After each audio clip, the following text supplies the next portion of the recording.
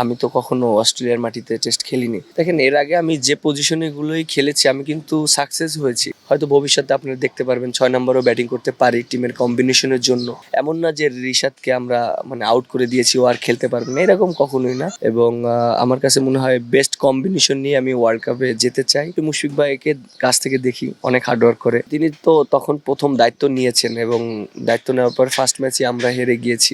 ভাইয়া, welcome to ক্রিক frenzy. কেমন আছেন? একটা ব্রেক চলছে, একটা সিরিজ জয় হলো আপনার, এর আগে 2টা সিরিজ জয় ছিল।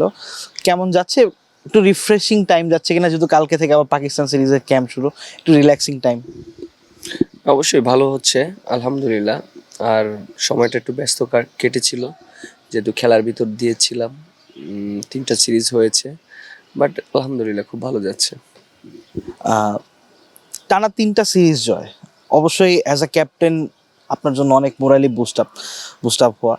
3টা সিরিজে এক্সপিরিয়েন্সটা কেমন ছিল? যে 3টা সিরিজ জিতলেন, অ্যাজ আ ক্যাপ্টেন কেমন লাগছে? না, অবশ্যই খুবই ভালো লাগছে। বিশেষ করে বাংলাদেশ, আমাদের 3টা সিরিজই খুব ইম্পর্টেন্ট ছিল বাংলাদেশের জন্য। এবং আমার কাছে মনে হয় প্রত্যেকটা প্লেয়ারই খুব ভালো পারফরমেন্স করেছে, সেজন্য আমরা সিরিজ জিততে পেরেছি। বিশেষ করে আমাদের ব্যাটসম্যান যে ইউনিটটা ছিল, অনেক সমালোচনা হয়েছে। আর আলহামদুলিল্লাহ তারা খুব ভালো একটা কামব্যাক করেছে এবং খুব ভালোভাবে ফিডব্যাক দিয়েছে লাস্ট 3টা সিরিজে। এবং বোলাররাও খুব ভালো জায়গায় বোলিং করেছে। ওভারঅল আমি যদি বলি যে সবাই সবার জায়গা থেকে 100% দিয়ে চেষ্টা করেছে, সেজন্য হয়তো আমরা রেজাল্টটা পেয়েছি। 72 ঘন্টা ময়েশ্চার লক সমৃদ্ধ লিলি বডি ওয়াশ, শিয়া বাটারের গুডনেস স্কিন রিপেয়ার করে রাখে সফট ও গ্লোয়িং। যখন আপনার ক্যাপ্টেন্সিটা নেন তখন একটা ইকুয়েশন ছিল যে ওয়ার্ল্ড কাপে কোয়ালিফিকেশনের একটা ইকুয়েশন চলে আসছিল। সেটার পর টানা 3টা সিরিজ জয়, অবশ্যই অ্যাজ এ ক্যাপ্টেন আপনি অবশ্যই আনন্দিত, প্লাস নিজেও একটু মোরালি বুস্টেড আপ, টিমও একটু ভালো অবস্থানে আছে এখন। ওই সিচুয়েশন থেকে এই সিচুয়েশনে আসার আপনার ইচ্ছাটা তো অনেকখানি ছিল, কি প্ল্যান ছিল, সবগুলো এক্সিকিউশন হয়েছে কিনা, এবং সব মিলে যদি একটু বলতেন। না, অবশ্যই যখন আমি দায়িত্ব পেয়েছিলাম তখন অবশ্যই আমার জন্য অনেক চ্যালেঞ্জ ছিল। কারণ তখন আমার জন্য বিশেষ করে একটু বেশি চ্যালেঞ্জ ছিল, এর জন্যই যে সিচুয়েশনটা ওইরকম ছিল না। আর তারপরও সেই চ্যালেঞ্জটা আমি নিয়েছি এবং প্লেয়াররা সবাই আমাকে সাপোর্ট করেছে। বিশেষ করে প্রত্যেকটা প্লেয়ারই আমাকে সাপোর্ট করেছে এবং যারা ম্যানেজমেন্টের দায়িত্বে ছিল তারাও সাপোর্ট করেছে। ওভারঅল আমি যেটা বলতে চাই যে হ্যাঁ, বিশ্বকাপের একটা ছিল, বাট আমাদের ফোকাস হলো পারফর্ম করা। কারণ আমরা দেখেছি যে যদি আমাদের বিশ্বকাপ খেলতে হয়, যদি সবাই ভালো ক্রিকেট খেলি, পারফর্ম করি, তাহলে আমরা ম্যাচ জিততে পারবো। আদারওয়াইজ আমাদের জন্য অনেক ডিফিকাল্ট। সো হ্যাঁ, সবাই সবার জায়গা থেকে সর্বোচ্চটা দিয়ে চেষ্টা করেছে। টানা 3টা সিরিজ জয়, কিন্তু সামনের যে দুটো সিরিজ আছে অস্ট্রেলিয়া এবং ইন্ডিয়া, যদি ইন্ডিয়া আসে, এই 2টা সিরিজ অনেক বেশি টাফ হবে। অস্ট্রেলিয়া এবং ইন্ডিয়া বলতে গেলে one of the toughest contenders to play. As a captain আপনি হোমে তাদের এগেনস্টে খেলবেন, কতখানি আশাবাদী এই দুটো সিরিজ নিয়ে? এবং বিশ্বকাপের সিনারিওটাও একটু চিন্তাভাবনা করতে হচ্ছে, প্লাস অনেকখানি এগিয়েও আছি আমরা সামনে 2টো সিরিজ নিয়ে যদি আপনার ভাবনা। আপনার প্রত্যেকটা সিরিজই আমাদের জন্য অনেক ইম্পর্টেন্ট এবং যে 3টা সিরিজ খেলেছি 3টাও আমাদের জন্য অনেক ইম্পর্টেন্ট ছিল এবং সামনে যে 2টা সিরিজ আছে। সো আমার কাছে মনে হয় যে বিশ্বকাপের আগে প্রত্যেকটা প্লেয়ার কনফিডেন্ট নিয়ে যেন বিশ্বকাপ খেলতে যায়। এবং রেজাল্ট কী হবে আমি জানি না, বাট সবাই যদি কনফিডেন্ট থাকে তাহলে একটা ভালো একটা রেজাল্ট আসার সম্ভাবনাই বেশি। আমার কাছে মনে হয় যে প্রত্যেকটা প্লেয়ার যদি তার জায়গা থেকে ফর্মে থাকে, সেটাই হবে আমার জন্য অনেক বড় একটা পাওয়া। আমি চেষ্টা করব প্রত্যেকটা প্লেয়ার যেন ফর্মে থাকে বড় টুর্নামেন্টের আগে। ভাইয়া, যখন আপনাকে প্রথম ক্যাপ্টেন্সি দেওয়া হলো, প্রথমে 1 বছরের জন্য দেওয়া হয়েছে, এখন আপনি 27 বিশ্বকাপ পর্যন্ত কনফার্ম ক্যাপ্টেন্সিটা করছেন বা ক্যাপ্টেন্সি দেওয়া হয়েছে। এটাকে একটা ক্ল্যারিফিকেশন কিনা যে আপনার এখন থেকেই চিন্তা ভাবনাটা সহজ হয়েছে যে আপনি 27 বিশ্বকাপে কেমন দল চাচ্ছেন, যেহেতু সাউথ আফ্রিকা, জিম্বাবুয়ে, নামিবিয়াতে খেলা, কন্ডিশনটা ডিফারেন্ট হবে, কতগুলো স্পিনার নিয়ে যাওয়া লাগবে, কতগুলো পেস বোলার নেওয়া লাগবে, ব্যাটিং ইউনিটটা কেমন হবে, ছক কষতে শুরু করেছেন ইতিমধ্যে? চিন্তা ভাবনাটা সহজ হয়েছে কিনা? হ্যাঁ, প্রত্যেকটা প্লেয়ারের জন্য এটা অনেক ইম্পর্টেন্ট যদি তাকে একটা লং টাইমের জন্য দেওয়া যায় ক্যাপ্টেন্সি, বিশেষ করে সে আপনার প্ল্যানিং করতে ইজি হয়ে যায়। সো আমার কাছে মনে হয় যে যেহেতু আমাকে দায়িত্বটা দেওয়া হয়েছে, আমি চেষ্টা করব যে যেহেতু 3টা কন্ডিশনে খেলা, south Africa, Namibia, Zimbabwe, so প্রত্যেকটা কন্ডিশন ডিফারেন্ট কন্ডিশন, সো ওইভাবে প্ল্যানিং করব। শুধু আমি একা না, ম্যানেজমেন্ট আছে, কোচ আছে, সিলেক্টর আছে, এবং যারা আছে তাদের সাথে কথা বলে একটা সুন্দর একটা কম্বিনেশন করার চেষ্টা করব। যখন নিউজিল্যান্ডের সঙ্গে প্রথম ম্যাচটা বাংলাদেশ হেরে গেল, প্রথম ওয়ানডেটা ম্যাচ শেষে তামিম ইকবাল আপনার সঙ্গে কথা বলছিলেন, নতুন প্রেসিডেন্ট, অ্যাডহক কমিটির যে অন্তর্বর্তীকালীন প্রেসিডেন্টের সঙ্গে কি কথা হয়েছিল যদি একটু বলা যায়, এবং ওর পরে কিন্তু বাংলাদেশটা কামব্যাক করেছে। অবশ্যই টিমের একটা চেষ্টা ছিল, বাট প্রেসিডেন্টের পক্ষ থেকে বার্তাটা কি ছিল বা কি আলোচনা হয়েছিল? অবশ্যই তিনি তো তখন প্রথম দায়িত্ব নিয়েছেন, এবং দায়িত্ব নেওয়ার পর ফার্স্ট ম্যাচে আমরা হেরে গিয়েছি, বাট আমাদেরকে কনফিডেন্ট দিয়েছে, বলেছে যে প্রত্যেকটা যারা আছে তাদের সাথে সবাই আমাদেরকে সাপোর্ট করছে, এবং আমরা যেন ভালো ক্রিকেট খেলি এবং বেস্ট কম্বিনেশন নিয়ে যেন খেলার চেষ্টা করি, এবং সবাই যেন কনফিডেন্ট নিয়ে ক্রিকেট খেলি। আমাদের টিমকেও এরকম সাপোর্ট করেছেন।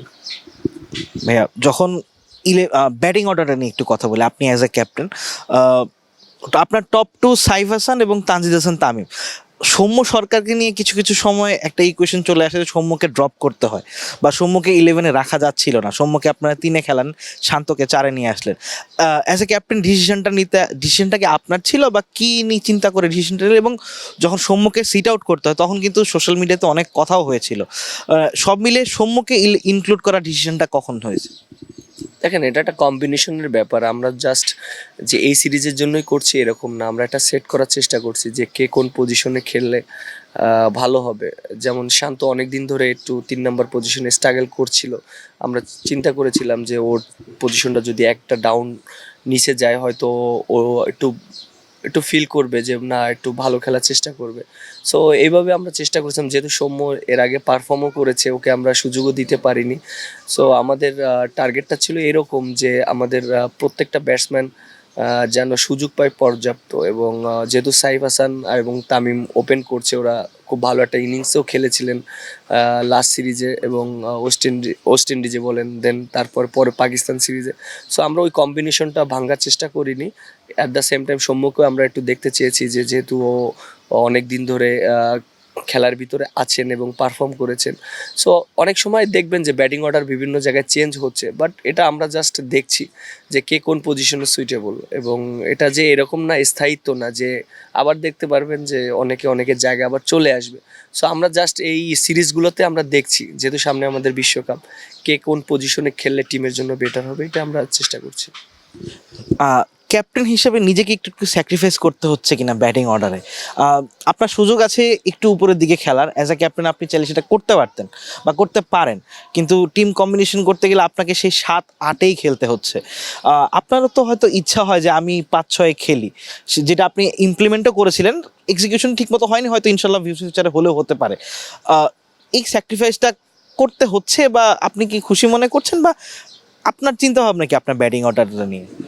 দেখেন, এর আগে আমি যে পজিশনেগুলোই খেলেছি আমি কিন্তু সাকসেস হয়েছি, এরকম না যে আমি সাকসেস হইনি। আপনি যদি দেখেন 4 নম্বর পজিশনে আমি কিন্তু অনেক 50 রান করেছি এবং অনেক রান করেছি।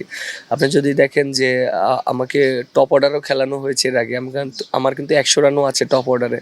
সো বিভিন্ন পজিশনে আমার খেলেছি, টিমের প্রয়োজনে খেলেছি, but at the same time আমি এখন এসেছি একটা জিনিস চিন্তা করছি যে আমি বিভিন্ন জায়গায় না খেলে একটা জায়গায় আমি সেট হই, এবং এটা আমার জন্য এবং টিমের জন্যই ভালো হবে। সেটা হতে পারে যে এখন যেহেতু 7 নম্বরে খেলছি, হয়তো ভবিষ্যতে আপনারা দেখতে পারবেন 6 নম্বরও ব্যাটিং করতে পারি টিমের কম্বিনেশনের জন্য। কেন করতে পারি, যেটা হয়তো 7 নম্বরে আমরা চিন্তা করতে পারি যে এখানে যদি আমাদের আরও একটু বেশি অ্যাটাকিং মুডের প্লেয়ার দরকার হয়, সো আমরা ওইভাবে চিন্তা করতে পারি, কারণ লাস্টের দিকে কিন্তু স্ট্রাইক রেটটা অনেক ইম্পর্টেন্ট। সেটা জাস্ট বলছি, বাট এটা ভবিষ্যতে হতেও পারে, এটা সবার সাথে আলোচনা করে এবং সিচুয়েশনের অনুযায়ী হতে পারে। সিচুয়েশন অনুযায়ী বলছেন। রিশাদ যখন বোলিংয়ে আসেন, রিশাদকে আপনি একটা ম্যাচে 5 ওভার বোলিং করিয়েছেন, সেটা কম্বিনেশনের কারণেই হয়েছে, কিন্তু অনেক জায়গায় অনেক খবরও হয়েছে রিশাদকে আপনি বোলিং দেননি। আপনার প্ল্যানিংটা কী ছিল রিশাদকে ঘিরে? রিশাদ মাঝে মাঝে এক্সিকিউশন করতে পারেন, অ্যাজ এ লেগ স্পিনার তাকে অ্যালোকেট করাটা অনেক সময় কঠিন হয়ে যায়। রিশাদকে ঘিরে আপনাদের বিশ্বকাপে অনেক লম্বা প্ল্যান, যেহেতু টিমের অনেক ভাইটাল প্লেয়ার্স, রিশাদকে নিয়ে প্ল্যানিংটা কি? না, অবশ্যই রিশাদ অনেক ভালো একজন বোলার, এবং অবশ্যই অনেক ভালো করেছে লাস্ট কয়েকটা সিরিজ ধরেই। বাট মাঝে মাঝে আমরা একটু চেষ্টা করছি যে দু একটা প্লেয়ারকে সুযোগ দেওয়ার জন্য, কারণ আপনি দেখেন তানবীর যে সিরিজগুলোতে ছিল কিন্তু শ্রীলঙ্কাতে কিন্তু 5 উইকেট পেয়ে একটা ম্যাচ জিতিয়েছে, এবং তারপরে সিরিজে আপনি দেখেন যে ভালো বোলিং করেছে, এমন না যে ও খারাপ করেছে। আমরা সবসময় বায়োল্যাটারালি একটু সবাইকে সুযোগ দিয়ে দেখতে পারি যে 2-3টা ম্যাচ সে কীভাবে করছে, কারণ ইন্টারন্যাশনালে আপনি যদি না খেলার ভিতরে থাকেন আপনার জন্য অনেক ডিফিকাল্ট হয়ে যাবে। সো আমরা ওইভাবেই চিন্তা করেছি, মাঝে মাঝে রেস্ট দিয়ে খেলানোর চেষ্টা করছি যেন সে ইন্টারন্যাশনাল ফ্লেভারটা পায়। এমন না যে রিশাদকে আমরা মানে আউট করে দিয়েছি, ও আর খেলতে পারবে না, এরকম কখনোই না। ও আবার চলে আসবে, ও আবার খেলবে। সো এইভাবেই আমরা চিন্তা করছি। একজন বলছিলেন যে 7 নম্বরে একজন মারতে পারে এমন কাউকে খুঁজছেন বা খোঁজার চিন্তা ভাবনা করতে পারে। শামীম পাটোয়ারিকে কি আপনার কোনো সময় মানে কোনো চিন্তা ভাবনায় আছে যে ওয়ানডেতে ইনক্লুড করতে পারে, যদি শেষের দিকে যে রানটা দ্রুত তুলতে পারে? শামীম কি আপনার চিন্তা ভাবনায় আছে? তো লাস্ট 2টা সিরিজে ছিল না, বাট এর আগে তো ওডিআইতে ছিল। বাট অবশ্যই ও ওডিআইয়ের ইসে আছে, স্পেশালিস্ট আমার ইসে আছে, কারণ যেহেতু ও নিজে মানে স্ট্রাইক রেট মেনটেন করে খেলতে পারে। সো আমার কাছে মনে হয় ও আরও কিছু কিছু জায়গায় একটু ডেভেলপ করলে ওর জন্য আরও ভালো হবে ভবিষ্যতে, কারণ ও তো বেশি ম্যাচ খেলেনি। সো ওর এক্সপিরিয়েন্সটাও গ্যাদার করতে হবে, গেইন করতে হবে, এবং তাহলে ওর জন্য এবং টিমের জন্য ভালো হবে। বাট এটা এখন যেহেতু সবাই পারফর্ম করছে, একটা টিম সেট হয়ে গিয়েছে, বাট এটা ভবিষ্যতে হয়তো ও সুযোগ আসলে অবশ্যই চান্স পাবে। ভাইয়া, সামনে বিশ্বকাপ, অ্যাজ এ ক্যাপ্টেন মানে লাস্ট ওয়ানডে বিশ্বকাপটা আমাদের ভালো যায়নি, 19টা তো আমরা সেভাবে মানে একজন নিয়মিত পারফর্মার ছিলেন, 3টার বেশি ম্যাচ জিততে পারিনি, লাস্ট 2টা ওয়ার্ল্ড কাপে 2টা 15টায় অবভিয়াসলি আমাদের জন্য বেস্ট। 27কে ঘিরে as a captain Mehedi Hasan মিরাজের চিন্তা ভাবনা কি চাওয়া as a captain? Miraz semifinal অবশ্যই সবাই ট্রফি জিততে চায়, বাট অ্যাজ এ ক্যাপ্টেন আপনি সবার আগে কি চিন্তা করছেন? আমি চিন্তা করছি বেস্ট ক্রিকেটটা খেলার জন্য, এবং অবশ্যই স্বপ্ন থাকতে হবে ভালো কিছু অর্জন করার জন্য। But at the same time আমরা যদি ভালো ক্রিকেট খেলি এবং সবাই যদি সবার জায়গা থেকে পারফর্ম করি এবং ফিট থাকি, তাহলে আমার কাছে মনে হয় বেস্ট রেজাল্টটা করা সম্ভব। এবং স্বপ্ন তো অবশ্যই বড় দেখতে হবে, এবং আমার কাছে মনে হয় বেস্ট কম্বিনেশন নিয়ে আমি ওয়ার্ল্ড কাপে যেতে চাই, এবং সবাই যেন সুস্থ থাকে। একটু একটা টেস্ট নিয়ে প্রশ্ন করি। রিসেন্টলি মুশফিকুর রহিম 100 টেস্ট খেলেছেন, আপনি সেই ড্রেসিং রুমে ছিলেন, আপনি 55-56টা টেস্ট খেলেছেন। আপনার ওই সময় ড্রেসিং রুমে থাকা, মুশফিক ভাইকে দেখা কতখানি মোটিভেটিং? মমিনুল ভাই 80-80-র কাছাকাছি চলে গিয়েছেন। এখন আপনাদের চিন্তা ভাবনাটা কি বদলেছে কিনা যে একজন ক্রিকেটার বাংলাদেশের 100 টেস্ট খেলছে, আমি মিরাজ বা মেহেদী মিরাজ 100 টেস্ট খেলতে চাই, বা এই ইচ্ছাটা কি মুশফিকুর রহিম তৈরি করে দিয়ে গেলেন কিনা? এটা বিরাট অ্যাচিভমেন্ট আমার কাছে মনে হয়। বাংলাদেশ উনি যেভাবে ডেডিকেটভাবে ক্রিকেট খেলেছেন এবং 100টা টেস্ট খেলেছেন, এটা বাংলাদেশ ক্রিকেটের মানে একটা প্লেয়ারের জন্য বিরাট অ্যাচিভমেন্ট আমার কাছে মনে হয়, এবং বাংলাদেশকে অনেক কিছু দিয়েছেন তিনি। আর এরকম একটা প্লেয়ারের সাথে ড্রেসিং রুম শেয়ার করছি, আর আমার ডেবু হয়েছিল মুশফিক ভাইয়ের আন্ডারেই। সো আমার কাছে খুবই ভালো ফিল হয়েছে। এবং আমাদের যে এখন টেস্ট টিমে প্লেয়াররা আছে, আপনি দেখেন সবাই অনেক এক্সপিরিয়েন্স, এবং প্রত্যেকটা প্লেয়ারই অনেক টেস্ট খেলেছে এরকম প্লেয়ার। সো আমার কাছে মনে হয় যে কম্বিনেশনটা অনেক ভালো, এবং প্রত্যেকটা প্লেয়ারই মানে যার যার জায়গা থেকে পারফর্ম করার জন্য চেষ্টা করে এবং হার্ডওয়ার্ক করে আমি দেখেছি।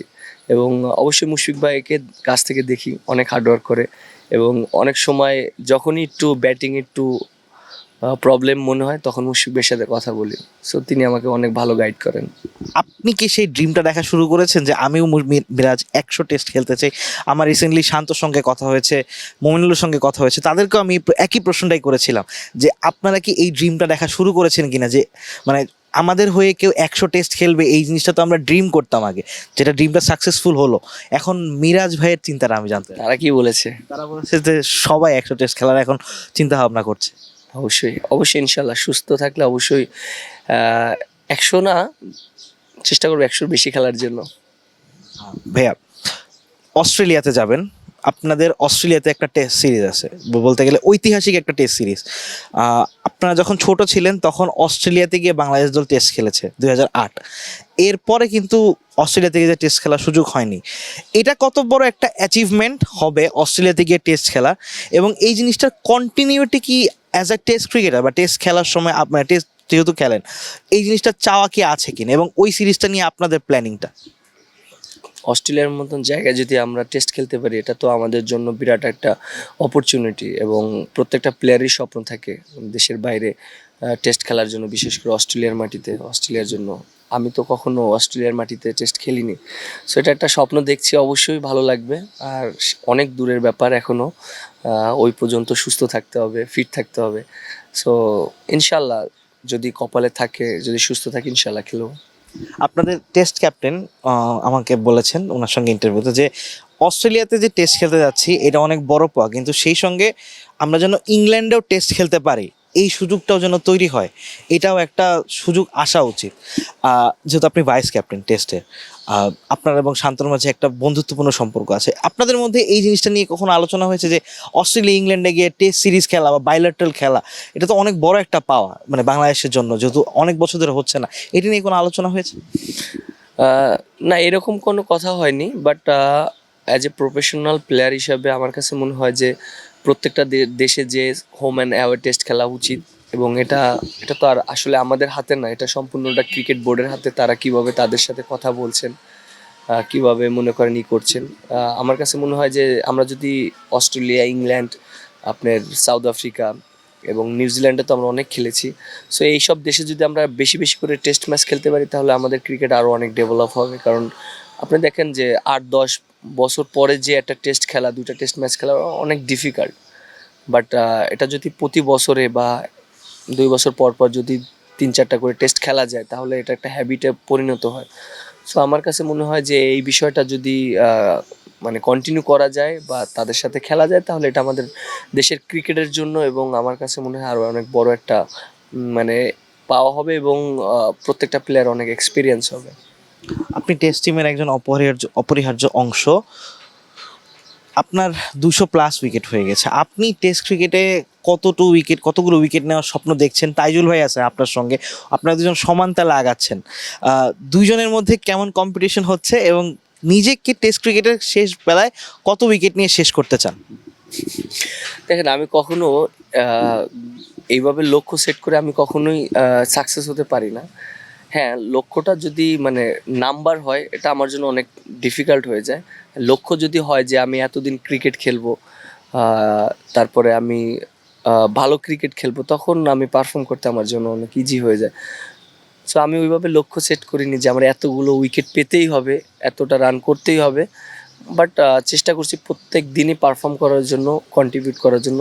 দিন শেষে যেটা আসবে আলহামদুলিল্লাহ। লাস্ট সাইকেলে আমরা নিউজিল্যান্ডে টেস্ট জিতেছিলাম, ওয়েস্ট ইন্ডিজের টেস্ট জিতেছিলাম, আপনি ওয়েস্ট ইন্ডিজ গিয়েছিলেন অ্যাজ আ ক্যাপ্টেন হিসেবে ওয়ানডে সিরিজে, সেই সিরিজে বাংলাদেশ একটা টেস্ট জিতেছে, নিউজিল্যান্ড একটা টেস্ট জিতেছে, এবার একটা টেস্ট সাইকেল শুরু হচ্ছে, যে সাইকেলে পাকিস্তানের সঙ্গে টেস্ট সিরিজ শুরু। এই সাইকেল নিয়ে আপনাদের মধ্যে চিন্তা ভাবনাটা কি, এবার কি আগের তুলনায় একটু বেশি ভালো করার সুযোগ আছে কিনা বাংলাদেশের? না, অবশ্যই, যেহেতু আমাদের সামনে টেস্ট ম্যাচ আছে পাকিস্তানের সাথে, আমরা অবশ্যই এই সার্কেলে আমরা চেষ্টা করব আমাদের সর্বোচ্চ দিয়ে পারফর্ম করার জন্য। লাস্ট সার্কেলে আমরা হয়তো খুব ভালো একটা শেপে ছিলাম, পাকিস্তানকে হারিয়েছিলাম পাকিস্তানের মাটিতে, এবং তারপরে আমরা দেশের মাটিতেও নিউজিল্যান্ডকে হারিয়েছিলাম। মানে আমরা বেশ কিছু অর্জন আমাদের ভালো ছিল, আর আমরা হয়তো আরও ভালো কিছু করতে পারতাম, বাট লাস্ট সার্কেলে যে মিস্টেকগুলো হয়েছে, আমরা চেষ্টা করব এই মিস্টেকগুলো যেন এই টেস্ট সার্কেলে আমরা না করি, এবং আমাদের অবস্থানটা যেন লাস্ট সার্কেলে চেয়ে এই সার্কেলে আরও বেটার জায়গায় আমরা নিয়ে যেতে পারি। সো লাস্ট সার্কেলে আমার অবশ্যই খুব ভালো মেমোরি ছিল, আমি অনেক রান করেছিলাম, অনেক উইকেট পেয়েছিলাম লাস্ট সার্কেলে, মানে আমার কাছে খুব ভালো ভালো ইনিংস ছিল, বাট চেষ্টা করবো এই সার্কেলেও যেন লাস্ট সার্কেলের মতন পারফর্মটা ধরে রাখার জন্য। থ্যাংক ইউ মিনাজ ভাই, থ্যাংক ইউ সো মাচ।